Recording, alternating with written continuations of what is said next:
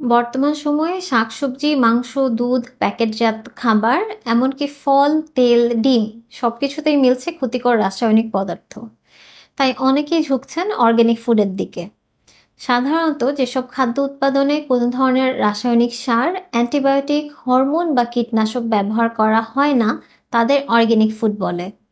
এই খাবারগুলো মূলত হয় সারবিহীন, মানে সম্পূর্ণ প্রাকৃতিকভাবে এসব পণ্য উৎপন্ন করা হয়।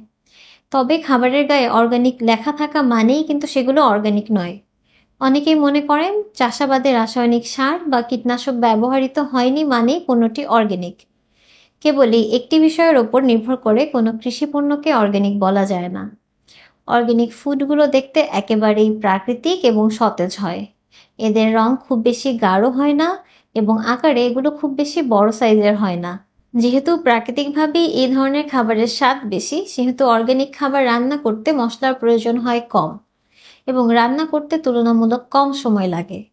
কোনো জিনিস অর্গানিক কিনা সেটা নির্ভর করে যে জমিতে পণ্যটি চাষ করা হয়েছে সেটির ওপর, জমির সেচ পদ্ধতির ওপর, এমনকি যেই বীজ থেকে ফসল উৎপন্ন হয়েছে সেটির ওপর।